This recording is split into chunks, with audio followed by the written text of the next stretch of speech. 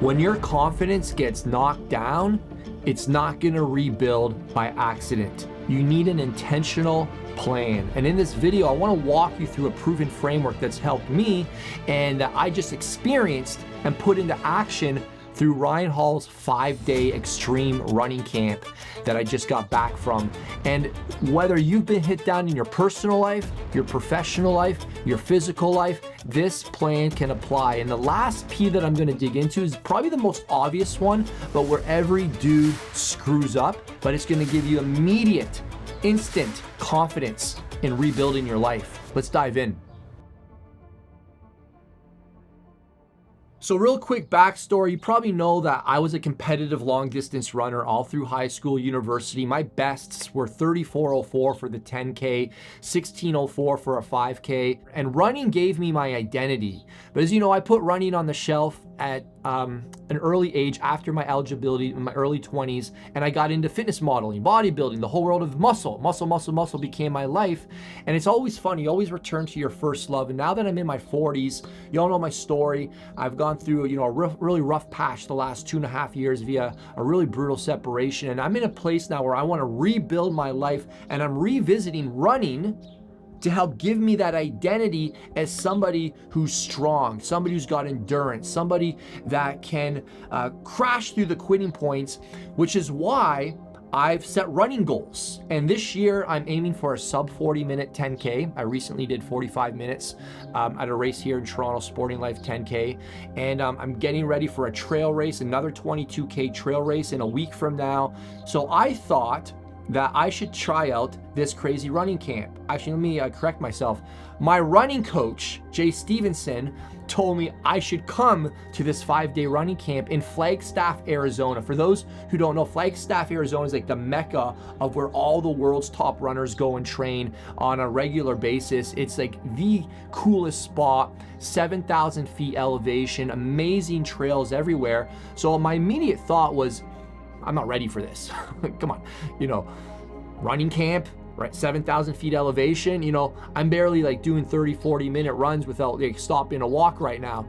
Jay said, well, this is exactly why you need to come, because you're gonna be outside your comfort zone, and we're gonna really work on some of these things that are gonna encompass in the 5 Ps. And I wanna break down this 5-part framework that starts with like why I knew I needed to do this. So the very first thing was passion. I believe if you want to rebuild your confidence, you want to do things that you will stick with, because they are going to get hard. And if you don't enjoy what you're doing, you will easily quit, right? Everything that you do that has a worthy pursuit and outcome is going to eventually get hard. So for me, I've always loved running. Not necessarily the actual running part, but like how I feel afterwards, the goal setting, the improvement, the progress, and all that. So I wanted to revisit something that has given me confidence in the past. So the first thing you want to do if you want to rebuild your confidence, tap into something that you're good at, that you already have some experience with, as opposed to starting something brand new. It just might be like a very slow learning curve, and I would rather see you do something that creates some momentum and gets you back saying, hey, I've been here before, I can do this. Let's get some momentum. Most of us men, we just need a spark, we need some fire. We like, hey, I got this, I can do this again. And that's what helps us stay in the game.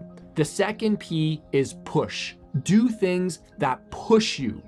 Don't do things that are safe, do things that scare you, because they will push you, right? They say comfort is a slow death. Comfort is not from God.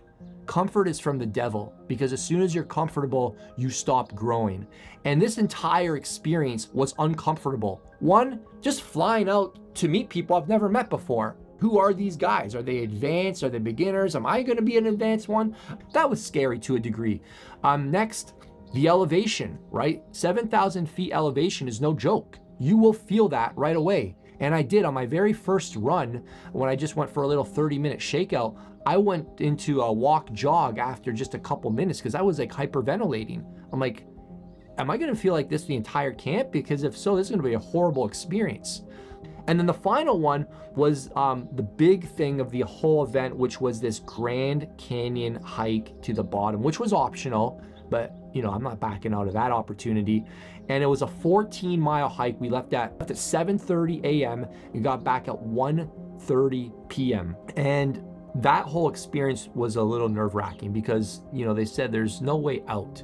Like, there's no gondola, there's no lift, right? If you have to call a 911, do a 911, you call a helicopter, it's like $10,000. There's no way I'm doing that. I don't even know where the helicopter would have landed.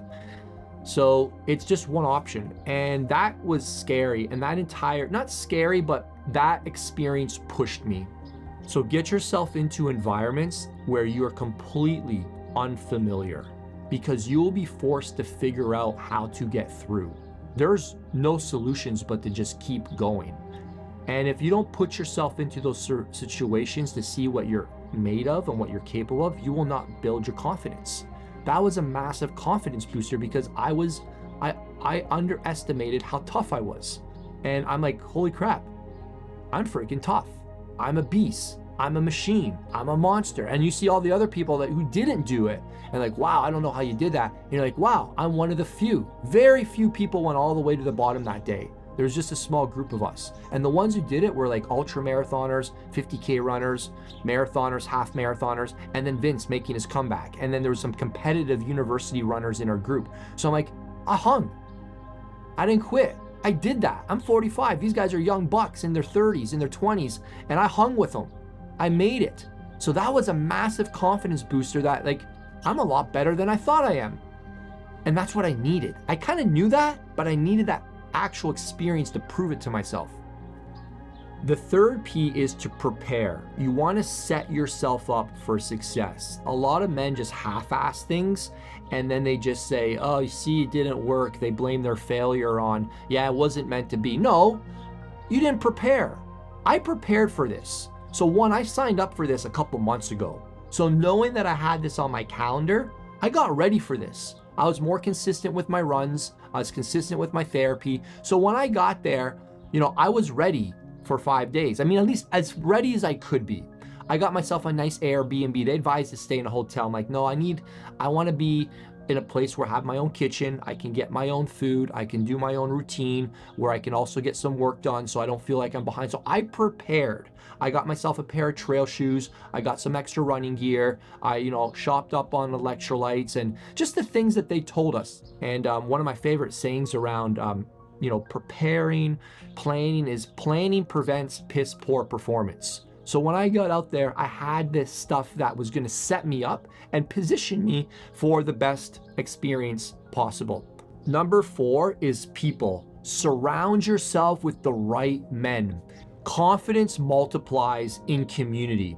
When you get around other guys and you hear their stories, you are going to get inspired. This is why I've been running live events for so many years. This is why I ran the muscle camps for so many years. This is why I'm a product of like live events. I've always said live events change lives because you're around other people. And when you're at a different altitude of caliber, you think differently and you act differently. And these guys help you see things that you are likely missing. So when you're getting in this community, what happens is they're gonna help you be who you could be and who you should be rather than who you actually are. Because they're gonna say, oh yeah, dude, you can do that. They're starting telling me about this other challenge like rim to rim, Grand Canyon. I'm like, for real? I would have never contemplated that, but they're like, oh yeah, dude, you could do it.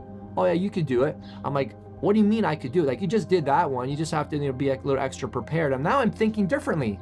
I would have never thought about doing something like that. So when you get around other guys, your belief in yourself accelerates because people see stuff in you that you don't see in yourself. And this is why it's so important to get around other men, because it's probably already inside of you. You just need it called out. Number 5, I saved the best for last, probably the simplest one, which is have a plan. To build your confidence, dude, us men are so freaking simple. You just need a plan. The problem with us men is we change the plan. We get a plan, we hire a coach, we find something, we start to follow it, and it's not working after 2-3 weeks, and we change it. Us men we're dumb. It's like, just stick to the stupid plan. Every plan works if you follow it. But one of the reasons I came out here was to get a plan to fix my weak links. And on one of the days, we got to meet with a physical therapist, and he had us do standing calf raises, and we did a contest to see who could do the most. I'm so embarrassed, I caved first. I couldn't even do like 15 single leg calf raises without my feet and calves cramping up. And then other guys are going 50, 60. He said the goal should be 75 single leg calf raises. And this is where I've always had my issues. My feet always break down. I don't have to go into details, but I got this deformed toe, so I have a issue with like spreading my toes. And anyways, that all got exposed at the camp. So I have got now a plan to fix my weak links, because this is the thing that keeps preventing me from going hard on the track, from doing my tempo runs. So I went there to get a plan that fixes my weak links. And this is how you rebuild your confidence. You figure out what's the bottleneck. You got to get a plan, and you're going to follow a plan. Everyone says, what's the best plan? The one that you follow. That's the best plan. So don't get 6 plans, get 1 plan and follow through on it. Hey, if this video resonated with you, then watch this video called Rebuilding My Life. It's the video that's really kind of re-inspired me to make a comeback here on YouTube and fire you guys up to find your passion to rebuild your life better than ever. I hope you enjoy. We'll see you in the next one.